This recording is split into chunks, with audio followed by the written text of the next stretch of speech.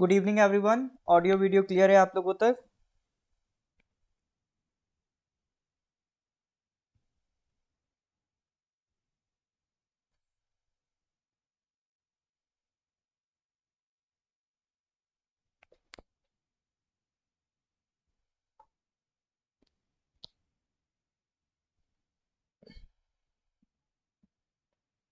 Good evening everyone. Audio video all right sir, clear है।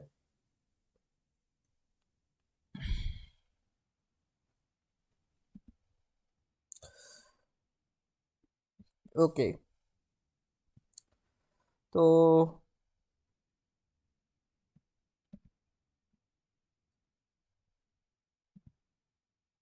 Good evening जी, good evening.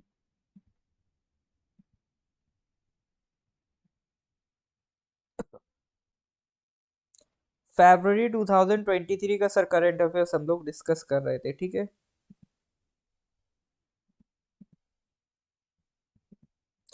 हाँ जी sir, फरवरी 2023 का 30+ questions हमने डिस्कस कर लिए थे। करीब 3 क्लासेस हमारी रिगार्डिंग फरवरी करंट अफेयर्स हो चुकी है। तो जो क्वेश्चंस पहले डिस्कस किए थे, एक बार उनको रिवाइज कर लेते हैं। जैसे ये वाला है, India has jointly launched an initiative on critical and emerging technologies with which of the following countries.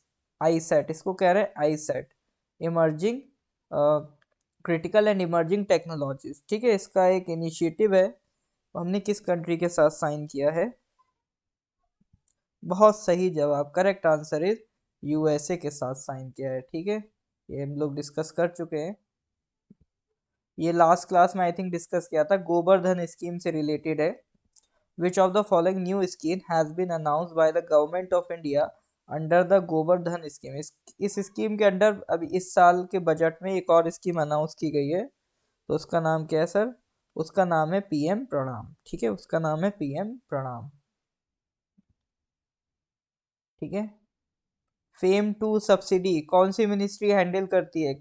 कल की क्लास में काफी लोगों ने ये गलती किया था।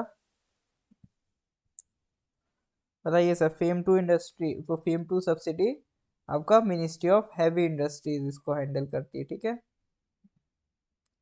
ओके, लास्ट क्वेश्चन, ये स्टार्टअप इंडिया सीड फंड इसका स्कीम से रिलेटेड था। इसको कौन मिनिस्ट्री हैंडल करती है? कॉमर्स एंड इंडस्ट्री हैंडल करती है, ठीक है। तो सर क्वेश्चन नंबर 33 तक हम लोग लास्ट क्लास में डिस्कस कर चुके थे, ठीक है। तो 33 तक हो गया था। तो आज सर हम स्टार्ट करेंगे क्वेश्चन नंबर 34 से, ठीक है। आज स्टार्ट करेंगे 34 से।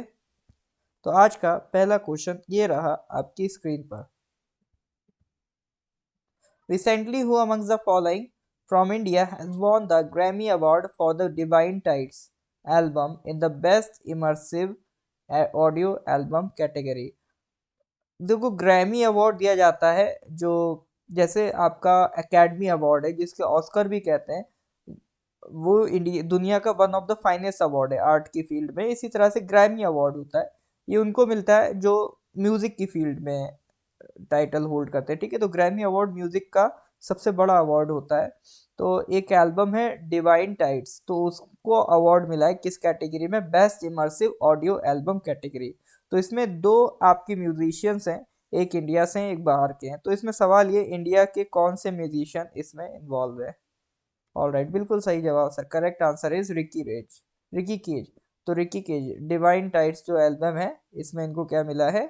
ग्रैमी अवार्ड मिला है। इट इज अ मतलब प्राउड मोमेंट इंडिया वालों के लिए कि एक इंडियन को ग्रैमी अवार्ड अगर मिल रहा है, ठीक है। Question number 34, recently India and which of the following countries organisation have announced the formation of 3 working groups under the trade and technology council? ठीक है, किस कंट्री ने कहा है कि हम 3 वर्किंग ग्रुप बनाएंगे under the trade and technology council? बताइए सर। ये आर फेवरेट हैं, ओके।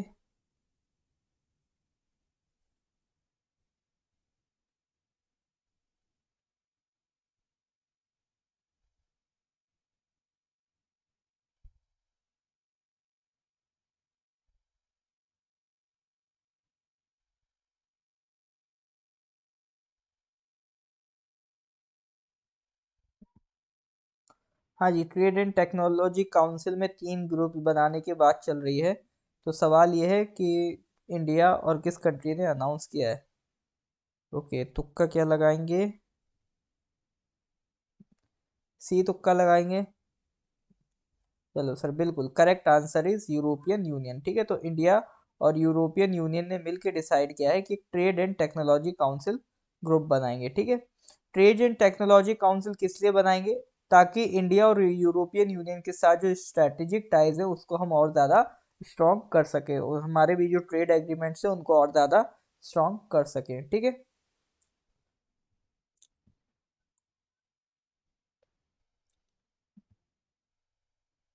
तो इसी के तहत इसी चीज़ को और आगे बढ़ाने के लिए 3 वर्किंग ग्रुप्स बनाएंगे। चलो, मेन चीज ये ध्यान रखना है कि किसके साथ काम कर रहे हैं, यूरोपियन यूनियन के साथ काम कर रहे हैं। Question number 36। According to the recent announcement, which of the following universities will get a heritage tag from UNESCO, giving it the world's first living heritage university? देखो, यूनेस्को का जो हेरिटेज साइट का टैग है, UNESCO एक UN की organisation है। तो ये दुनिया भर में जो साइट्स, हेरिटेज साइट्स होती है उनको टैग देती है, यूनेस्को हेरिटेज साइट का। तो अभी तक ये जो देती आ रही है टैग, वो डेड साइट्स को देती आ रही है। मतलब जैसे किसी राजा का महल रहा होगा, अब तो वहां राजा नहीं रहता है। ठीक है, तो ऐसी साइट जो कभी एक टाइम में एंशियंट काम में किसी में इन्वॉल्व थी, लेकिन एक लिविंग हेरिटेज साइट को पहली बार इन्होंने टैग दिया है, एक यूनिवर्सिटी को हेरिटेज साइट का टैग दिया है। तो वो लिविंग हेरिटेज कहलाएगा, क्योंकि यो वो यूनिवर्सिटी पुरानी नहीं हुई है, वो अभी भी रन करती है। ठीक है, तो एक लिविंग साइट को, लिविंग यूनिवर्सिटी को हेरिटेज साइट का टैग दिया है। तो वो कौन सी यूनिवर्सिटी है, बताइए सर। तुक्के के लिए मैं थोड़ा सा हिंट दे दूं, वो इंडिया की यूनिवर्सिटी है। ठीक है, ये हमारे लिए प्राउड मोमेंट की बात है कि वो इंडिया की यूनिवर्सिटी है, और वो दुनिया की पहली लिविंग हेरिटेज यूनिवर्सिटी बन जाएगी। ठीक है, ये जतरा का मतलब क्या होता है? ओके, गुड इवनिंग सुकन्या जी।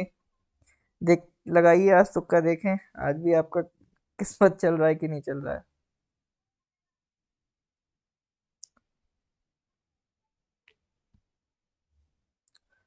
हाँ जी सर। तो बिल्कुल, ये है सर आपकी विश्व भारती यूनिवर्सिटी। ये वेस्ट बंगाल में एक यूनिवर्सिटी है, विश्व भारती यूनिवर्सिटी। ठीक है, ये किसने क्रिएट की थी? It is was founded by Rabindranath Tagore in 1921। तो दुनिया की पहली लिविंग हेरिटेज यूनिवर्सिटी ये बन जाएगी। ठीक है, और इसको टैग कौन दे रहा है? यूनेस्को। यूनेस्को की full form United Nations Educational, Scientific and Cultural Organisation. इसमें मेन चीज ये याद रखना, यूनेस्को का हेड क्वार्टर कहाँ है आपका? पेरिस में। ठीक है, यूनेस्को का हेड क्वार्टर है सर आपका पेरिस, फ्रांस में। कुछ यूनेस्को के और भी इनिशिएटिव्स हैं। एक तो आपने देख लिया ये यूनेस्को हेरिटेज साइट, ये एक यूनेस्को का इनिशिएटिव है। उसके अलावा यूनेस्को बायोस्फीयर प्रोग्राम चलाता है, वर्ल्ड हेरिटेज प्रोग्राम चलाता है, ग्लोबल जियो पार्क नेटवर्क बनाता है, इसी तरह से नेटवर्क ऑफ क्रिएटिव सिटीज। तो ये 4 इनिशिएटिव भी आपको किसके हैं ये देखने को मिलेंगे, ये भी यूनेस्को के। ठीक है, तो हेरिटेज साइट्स के अलावा भी यूनेस्को ऐसा नहीं सिर्फ यही काम करता है, और भी काम में इन्वॉल्व है। चलिए जी, तो आगे बढ़ते हैं सर अगले क्वेश्चन की तरफ। Question number 37। Recently, International Seabed Authority has officially designated India as a pioneer investor. International seabed authority का हेडक्वार्टर कहाँ पर है, ये क्वेश्चन पूछ रहा है। ठीक है, इंटरनेशनल सीबेड अथॉरिटी ने इंडिया को डेजिग्नेट किया है एज ए पायनियर इन्वेस्टर। तो सवाल हमारा ये है कि इंटरनेशनल सीबेड अथॉरिटी का हेडक्वार्टर्स कहाँ पर है? लेट हो गए, कोई बात नहीं, अभी ज़्यादा क्वेश्चन नहीं है, यहाँ से कंटिन्यू कर लीजिए।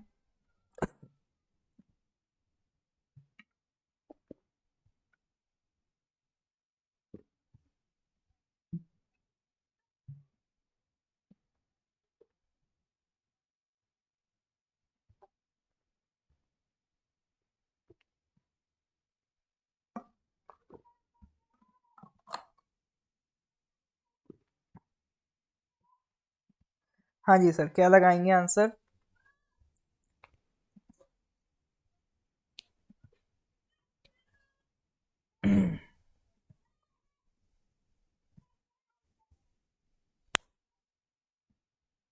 BAB। ओके।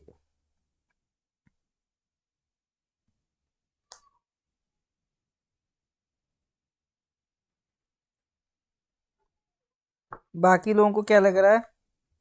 लगाइए सर, कुछ तो तुक्का लगाइए, कुछ भी लगा सकते हैं।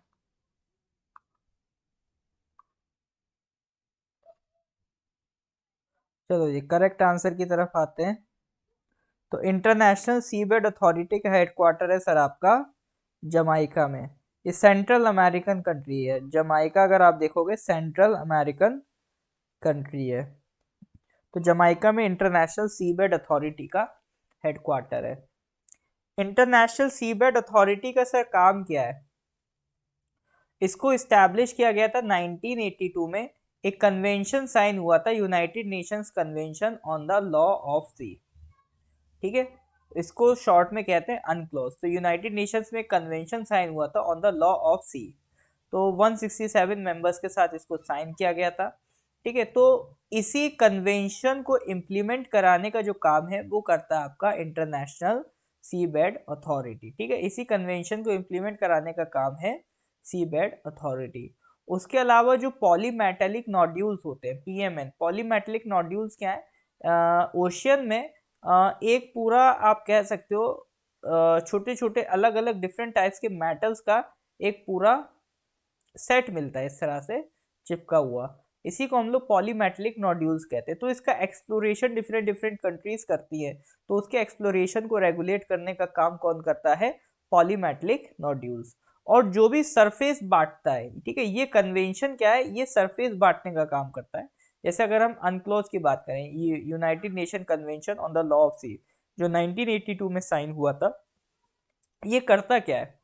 इसका देखो ये काम है कि हमारा जो ओशियन एरिया है इसको 5 मेन जोन्स में डिवाइड करता है। कैसे करता है इसको पहले हम समझ लेते हैं। देखो होता क्या है, जैसे आपकी कंट्री की कोस्टल बाउंड्री होती है, ठीक है। अच्छा, कोस्टल बाउंड्री में आप देखोगे कि बाउंड्री हमेशा सीधी तो नहीं होती, इस तरह से इस तरह से इस तरह से टेढ़ी मेढ़ी बाउंड्री होती है। ठीक है, ये टेढ़ी मेढ़ी बाउंड्री होती है। इसके बाद सबसे पहले डिवाइड करने के लिए इसके आगे का जो सी पोर्शन है, इसको डिवाइड करने के लिए सबसे पहले हम लोग क्या करते हैं? सीधी सी रेफरेंस लाइन खींचते हैं। ठीक है, ये सारे जो डिग डिग डिग डिग पॉइंट हैं इन सबको मिला के एक सीधी लाइन हम खींचते हैं और उस लाइन को कहते हैं बेस लाइन। तो अब जो भी मेजरमेंट होगी इस बेस लाइन के अकॉर्डिंगली ही होगी। इंपॉर्टेंट पॉइंट है, समझ लीजिएगा, बहुत काम आएगा। ठीक है, तो अब ये हमने बना लिया आपकी बेस लाइन। इस बेस लाइन से अगर आप 12 नॉटिकल माइल्स तक जाओगे, ओशन में जो डिस्टेंस होती है वो नॉटिकल माइल्स में काउंट होती है, ये नैनोमीटर नहीं है। ठीक है, 12 नॉटिकल माइल्स है। तो अगर बेस लाइन से आप 12 नॉटिकल माइल्स तक जाओगे तो ये आपकी कंट्री का टेरिटोरियल सी है। ठीक है, तो यहाँ पर आपकी कंट्री के रूल लगेंगे। यहाँ पर किसी की भी कंट्री को आना होगा तो आपसे परमिशन लेकर ही आएगा। ठीक है, तो ये आपका टेरिटोरियल एरिया है, ये आपका इलाका है। जैसे आपकी लैंड पोर्शन है ऐसे ही आपका वाटर पोर्शन है। ठीक है, इस पे सिर्फ और सिर्फ आपके लॉ लगेंगे। इसके बाद, और ये नेशनल एयर स्पेस है। ठीक है, इसमें जो आप अगर यहाँ पर इस एयर स्पेस में अगर कोई और कंट्री आना चाहता है तो इसमें आपसे इसको परमिशन लेनी पड़ेगी। ठीक है, इसके बाद सर टेरिटोरियल सी से 12 नॉटिकल माइल्स और जाओगे तो वो होता है कंटीगुअस जोन। ठीक है, कंटीगुअस जोन। कंटीगुअस जोन में क्या है? अगर इस जोन में भी किसी को आना है तो आपसे परमिशन लेनी पड़ेगी। ठीक है, अगर यहाँ वाटर, ये कंटीगुअस जोन के पानी में अगर किसी को आना है, कोई इंटरनेशनल शिप है, तो उसको आपकी कंट्री से परमिशन लेनी पड़ेगी। लेकिन कंटिगुअस जोन में एयर स्पेस हमारा नहीं होता है, मतलब एयर स्पेस के लिए परमिशन लेने की जरूरत नहीं पड़ेगी। हाँ, लेकिन अगर वाटर में आना है तो हमारी परमिशन लेनी पड़ेगी, है ना। उसके अलावा अगर आप बेस लाइन से 200 नॉटिकल माइल जाओ या फिर हाँ, बेस लाइन से 200 नॉटिकल माइल जाओ और इसमें से टेरिटोरियल सी वाला हटा दो तो ये जो बचा पोर्शन है ये क्या कहलाता है आपका? ये कहलाता है एक्सक्लूसिव इकोनॉमिक जोन। ठीक है, एक्सक्लूसिव इकोनॉमिक जोन में अगर ये आप कंटिगुअस जोन हटा दो तो इसमें इंटरनेशनल कोई भी शिप एंटर कर सकता है। लेकिन यहाँ पर जो भी एक्सप्लोरेशन का काम है वो सिर्फ और सिर्फ ये कोस्टल कंट्री को होगा। यहाँ पर जो भी कंट्री होगी सिर्फ उसी कंट्री को राइट होगा कि इस एरिया में एक्सप्लोर कर सके।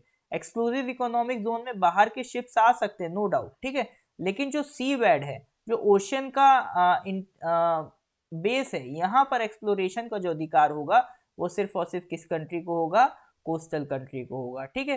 फिर इसके बाद शुरू हो जाता है आपका हाई सीज।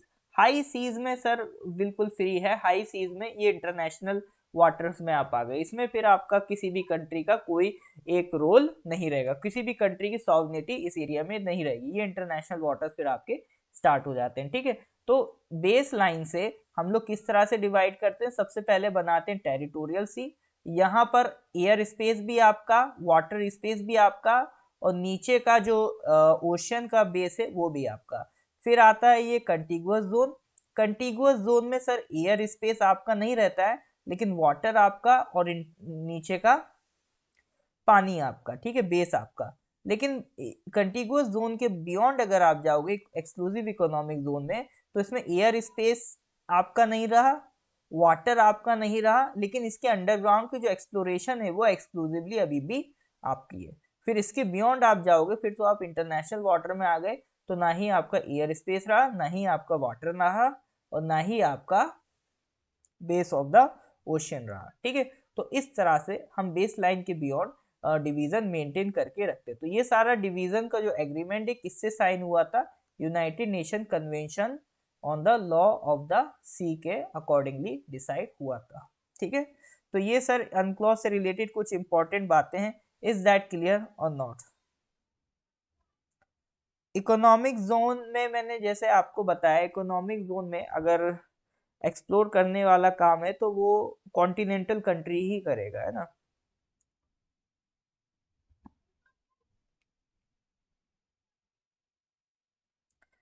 हाँ जी, अगर सर यहाँ तक क्लियर है तो kindly give me a thumbs up. ये समझ पा रहे हैं ना पूरा United Nation convention on the law of the sea, yes और नो।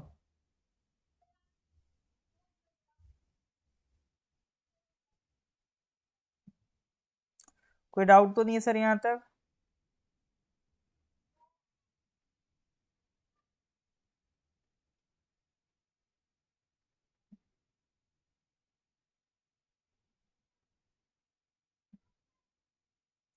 ओके सर,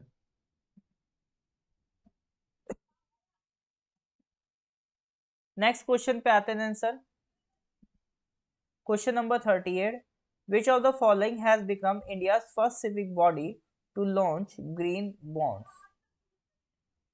पहली कौन सी म्यूनिसपैलिटी है जिसने ग्रीन बॉन्ड्स लॉन्च किए हैं? बीएमसी है, एमसीडी है, अहमदाबाद म्युनिसिपल कॉरपोरेशन, या Indore municipal corporation. Indore municipal corporation India की पहली म्युनिसिपल कॉरपोरेशन है, ठीक है। बताइए सर।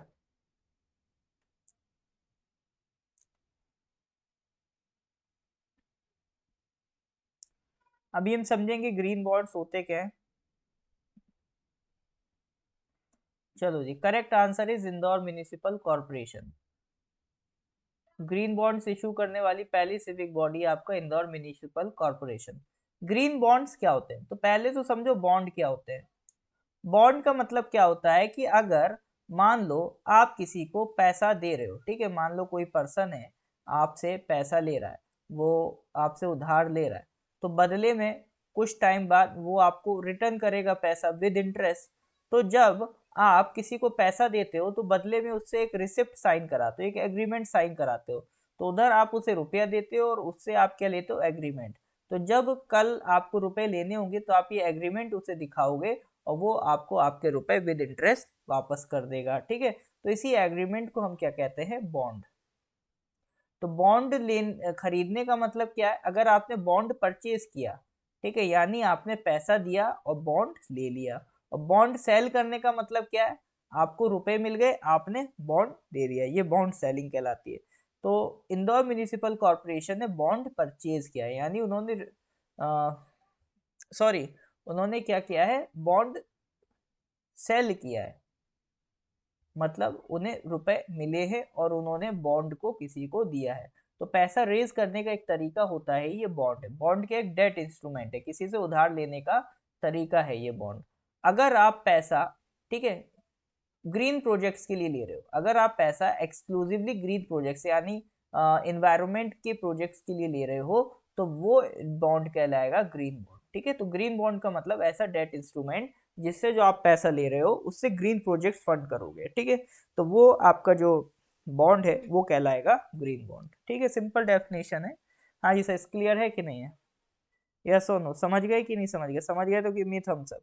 ये ग्रीन बॉन्ड का मसला क्लियर है, सिंपल सा कंसेप्ट था, कोई ऐसा टफ नहीं था। हाँ जी सर।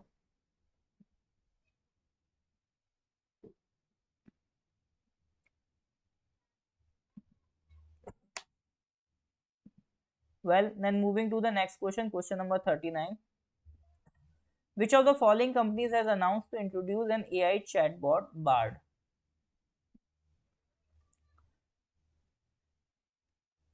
जैसे अभी चैट जीपीटी आया है, इसी तरह से अलग अलग कंपनीज अपने अपने चैटबॉट एआई के रिलीज कर रही है। तो जो बार्ड चैटबॉट है वो किसका है? गूगल का है, मेटा का है, ट्विटर का है, या फिर अमेजोन का है?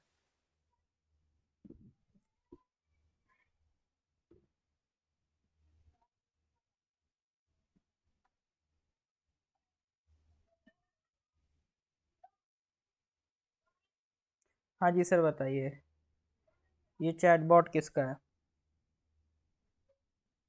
नहीं जी, मेटा का नहीं है, करेक्ट आंसर इज गूगल। ठीक है, तो ये बार्ड जो आपका चैटबॉट है वो किसका है? गूगल का है।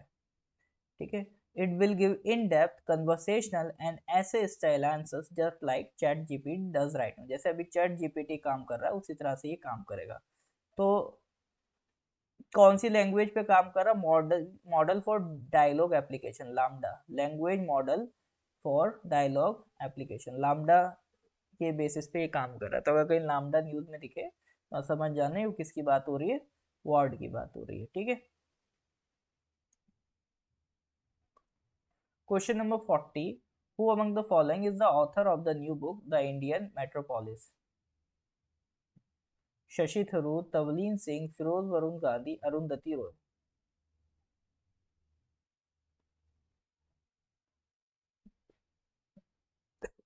Who amongst the following is the author of the new book the Indian metropolis? Shashi Tharoor, Tavleen Singh, Firoz Varun Gandhi या अरुंधति रॉय? बताइए सर।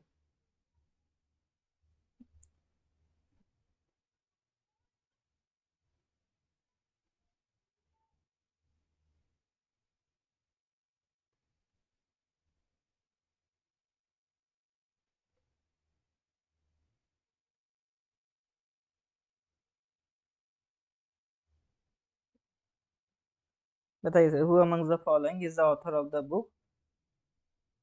हर किताब शशि थरूर नहीं लिखता है।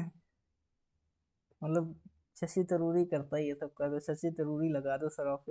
सारी किताब शशि थरूर की यहाँ, मतलब इतना भी मत उनको बर्डन में डालो। मतलब हर क्वेश्चन, हर किताब शशि थरूर। चलो sir, correct answer is Feroze Varun Gandhi. ठीक है, राहुल गांधी के कजिन हैं, संजय गांधी के बेटे हैं, फिरोज वरुण गांधी। मतलब नाम तो वरुण गांधी है, वो फिरोज गांधी अपने आगे जोड़ लेते हैं तो पूरा हो गया फिरोज वरुण गांधी। देखो, इंडियन मेट्रोपोलिस ये बुक उन्होंने लिखी क्यों? देखो, अभी हाल फिलहाल में एक बड़ी हकीकत दुनिया के सामने आई। आज मैं ऑफलाइन क्लास में भी इस बारे में थोड़ी सी बात कर रहा था कि हकीकत दुनिया की सबसे बड़ी सामने ये आई कि जिस शहर को हम अपना कहते थे, मतलब जैसे जो माइग्रेंट लेबर है, जो मतलब बिहार या यूपी से छोड़ के, अपने घर बार छोड़ के दिल्ली या बड़े शहरों में जाके लेबर का काम करते हैं, कई सालों से वहां पर बसे हुए हैं। तो जिस शहर को वो अपना समझ रहे थे, एक लॉकडाउन के चक्कर में वो शहर उन्हें छोड़ना पड़ गया, क्योंकि वहां पर उनको बहुत सारे चैलेंजेस फील होने लगे। उनके खाने की व्यवस्था नहीं थी, उनके रहने की व्यवस्था नहीं रही, क्योंकि अगर रेंट नहीं देंगे तो रहेंगे कैसे? तो एक शहर में कितनी ज्यादा प्रॉब्लम्स होती हैं। यानी हमने ये देखा कि देखो, आईटी सेक्टर का बूम आया तो उसने बेंगलुरु जैसे शहर बना दिए, है ना, उसने हैदराबाद जैसे शहर बना दिए, उसने आपका पुणे जैसे शहर बना दिए। लेकिन अगर आप लिवेबिलिटी इंडेक्स में देखोगे कि मतलब रहने की व्यवस्था कैसी है, तो इतनी अच्छी व्यवस्था इन शहरों में आपको देखने को नहीं मिलेगी। तो यानी हमने अर्बनाइजेशन तो कर दिया, शहर तो बना दिए, लेकिन क्या उस शहर में हम व्यवस्था दे पा रहे हैं? ठीक है। It shows how in economic vitality can go hand in hand with creating vibrant cities offering a haven for cultural and intellectual expression. For the most urban Indians, the past few years have been unsettling. We have seen neighborhoods locked down for months. ठीक है। तो एक शहर में हमारे पास क्या है?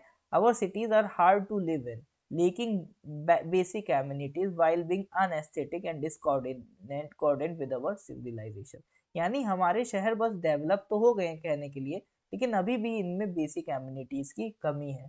तो इसी चीज को हाईलाइट करते हुए और इस प्रॉब्लम का सॉल्यूशन बताते हुए फिरोज गांधी, वो वरुण गांधी ने जो किताब लिखी है उसका नाम है द इंडियन मेट्रोपोलिस। ठीक है।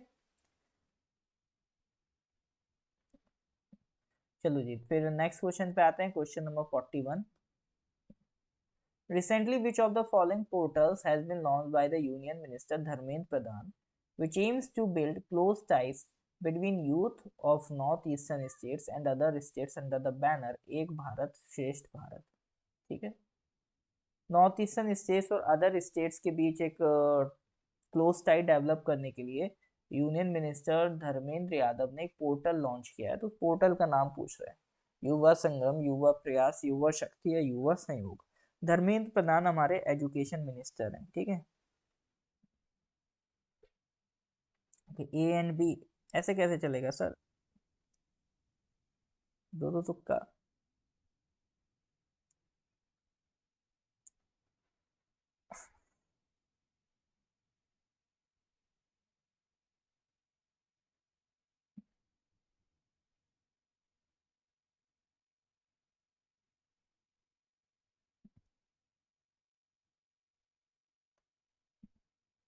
इस बैनर के तहत सारा काम हो रहा है, एक भारत श्रेष्ठ भारत। बिल्कुल sir, correct answer is Yuva Sangam. ठीक है। इस पोर्टल के तहत होगा क्या? देखो, इस पोर्टल के तहत आपको टूर्स एक्सपोजर कराए जाएंगे। This portal will focus on conducting exposure tours.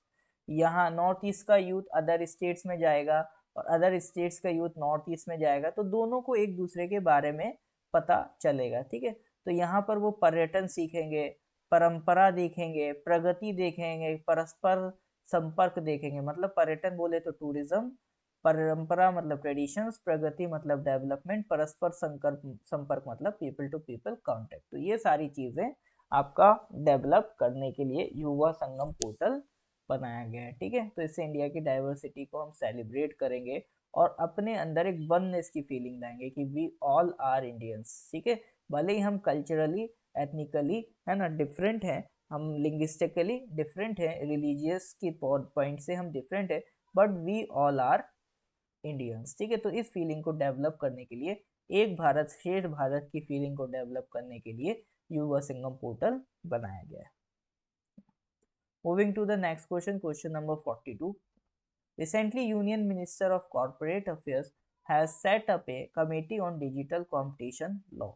Who amongst the following is the chairperson of the committee? Committee on Digital Competition Law actual में है क्या? देखिए, डिजिटल कंपनीज,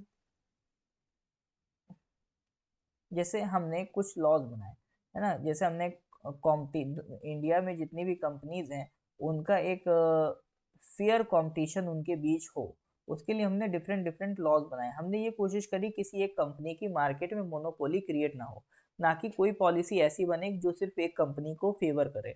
तो हमारे देश में जो बिजनेस की पॉलिसीज हैं वो इस तरह से होनी चाहिए कि जो डिफरेंट डिफरेंट कंपनीज है उनके बीच क्या मेंटेन रहे, एक कंपटीशन मेंटेन रहे। ठीक है।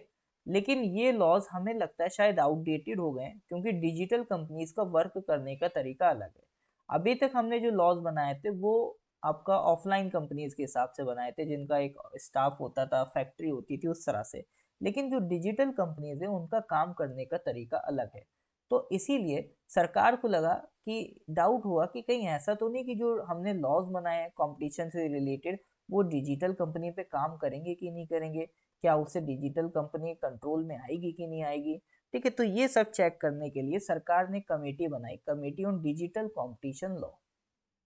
ठीक है, ये सब चेक करेगी कि हाँ जो हमने कंपटीशन के लॉज बनाए हैं वो डिजिटल कंपनीज के लिए अप्रोप्रिएट हैं या नहीं। तो सवाल ये है, इस कमेटी का चेयरपर्सन कौन है? डॉक्टर संगीता वर्मा, राहुल राय, आनंद पाठक या फिर मनोज गोविल? बताइए सर। हाँ, बाकी लोग कहाँ हैं? लगाइए सर तुक्का। नहीं पता तो लगाइए तुक्का।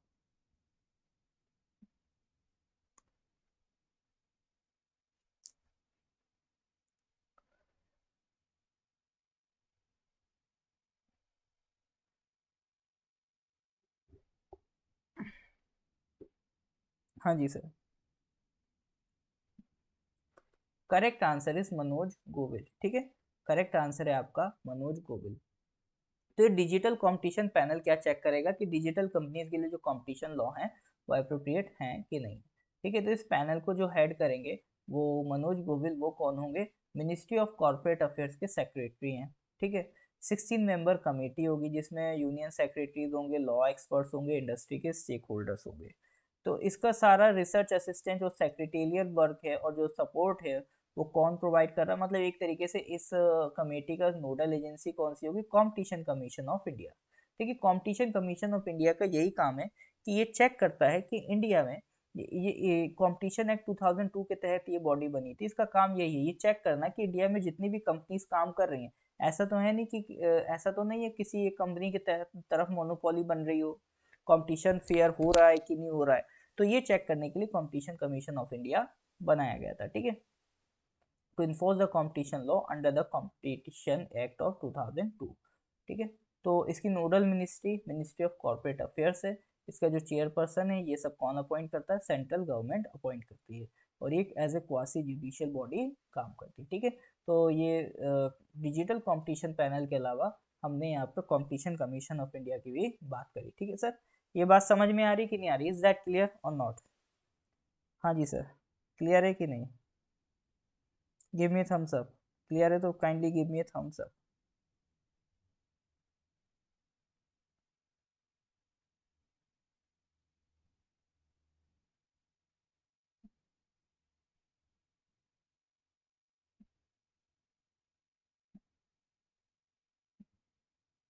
All right sir, question number 43 पे आते हैं। Which of the following operation has been launched by India to provide humanitarian aid for Turkey and Syria after the devastating earthquake? अभी देखो, आपने सुनने को मिला होगा कि टर्की और सीरिया में बहुत हैवी अर्थक्वेक आया। ठीक है, तो उसके लिए एक ऑपरेशन इंडियन गवर्नमेंट ने लॉन्च किया, और टर्की और सीरिया में हमने ह्यूमैनिटेरियन एड प्रोवाइड की, अपने डॉक्टर्स भेजे, अपने फोर्स भेजी, अपनी मेडिकल किट्स भेजी। तो काफ़ी तरीके से हमने ह्यूमैनिटेरियन एड टर्की और सीरिया को प्रोवाइड करी। तो इस उस ऑपरेशन का क्या नाम था जिस ऑपरेशन के तहत हमने ये ह्यूमैनिटेरियन एड प्रोवाइड करी? बताइए सर। ऑपरेशन दोस्त, ऑपरेशन मैत्री, ऑपरेशन सुकून या ऑपरेशन साथी? बिल्कुल, देखो ऑपरेशन मैत्री तो नहीं लगना चाहिए क्योंकि ऑपरेशन मैत्री हमारा चलता है बांग्लादेश के साथ। ठीक है, मैत्री वर्ड जहाँ भी दिखे समझ जाना ये बांग्लादेश की बात हो रही है। ठीक है, तो बचा दोस्त, सुकून, साथी। तो टर्की के साथ जो हमने मिशन चलाया वो है ऑपरेशन दोस्त। ठीक है, टर्की की आप लोकेशन समझ लो, बहुत ही स्ट्रेटेजिक लोकेशन है टर्की की। आप ये टर्की को अगर देखोगे तो ये आपका ईस्ट और वेस्ट को कनेक्ट करता है। मतलब ये इधर साइड जाओगे तो आपका एशिया है, और इधर साइड आप आओगे तो यूरोप है। तो एशिया और यूरोप को कनेक्ट करने का काम करता है आपका टर्की। ठीक है, और ये एक बहुत इंपॉर्टेंट शहर है इस्तांबुल टर्की का। तो यहाँ पर कुछ इंपॉर्टेंट स्टेट हैं, उसके नाम ज़रूर ध्यान रखना। जैसे ये आप टर्की है, टर्की के इधर नीचे क्या है? मेडिटेरेनियन सी। ठीक है, यहाँ पर एक आइलैंड कंट्री है साइप्रस। ठीक है, तो नीचे आपका मेडिटेरेनियन सी, इधर है आपका एजियन सी, है ना? तो ये जो सी है इसको हम कहते हैं सी ऑफ मरमरा। तो जब इस्तांबुल के जस्ट नीचे ये जो सी है ये क्या कहलाता है आपका सर? C of Marmara. और सी ऑफ मरमरा और ऊपर है सर आपका ब्लैक सी। तो इसको ध्यान रखना। ठीक है, तो टर्की की लोकेशन दो सी के बीच में आती है। नीचे क्या है सर? मेडिटेरेनियन सी, ऊपर है इसके ब्लैक सी। और ब्लैक सी और इधर छोटा सा सी ऑफ मरमरा, इसके बीच में एक बहुत इंपॉर्टेंट स्ट्रेट आता है। स्ट्रेट किसे कहते हैं? दो लैंड मासेस के बीच में जो नैरो वाटर पैसेज होता है उसे स्ट्रेट कहते हैं। तो यहाँ पर एक बहुत इंपॉर्टेंट स्ट्रेट आता है, उसका नाम है बॉस्फोरस स्ट्रेट। बॉस्फोरस नहीं है, बॉस्फोरस है, ठीक है, पीएच नहीं है, पी है सिंपल। बॉस्फोरस स्ट्रेट, ठीक है। तो ये सी ऑफ मरमरा और ब्लैक सी, इनके बीच सर आपको क्या मिलेगा? Bosphorus straight. इसी तरह से ये सी ऑफ मरमरा और ये नीचे एजियन सी, ठीक है, इनके बीच आपको मिलेगा डार्डेनल्स। इस स्ट्रेट का नाम क्या है? डार्डेनल्स स्ट्रेट। तो इधर है सर ब्लैक सी और नीचे है सी ऑफ मरमरा, ठीक है, सी ऑफ मरमरा। इनके बीच में सर आपको कौन सा स्ट्रेट मिल रहा है? इनके बीच में आपको मिल रहा है बॉस्फोरस स्ट्रेट, ठीक है, बॉस्फोरस और मरमरा। एंड उसके नीचे है सर आपका एजियन सी, ठीक है, एजियन सी। उनके बीच आपको जो स्ट्रेट मिल रहा है वो उसका नाम क्या है? डार्डेनस। से दो बहुत इंपॉर्टेंट स्ट्रेट हैं, इनके नाम ध्यान रखिएगा, ठीक है, बॉस्फोरस स्ट्रेट एंड डार्डेनस स्ट्रेट, ये बहुत इंपॉर्टेंट है फॉर योर एग्जाम्स, ठीक है सर। इज दैट क्लियर और not? Give me thumbs up. Clear है सर? तो ये नाम ध्यान रखना, ठीक है, BBMDA, ठीक है।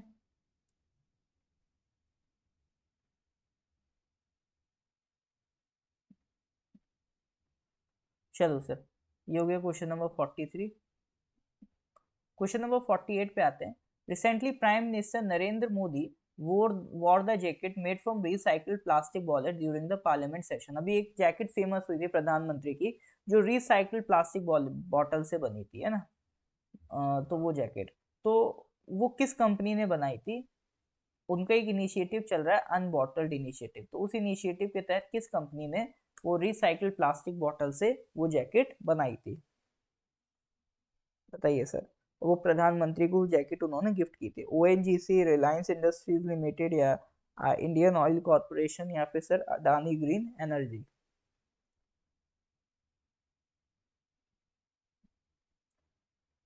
अडानी ने अडानी ने दी होती तो और बवाल हो जाता पार्लियामेंट में।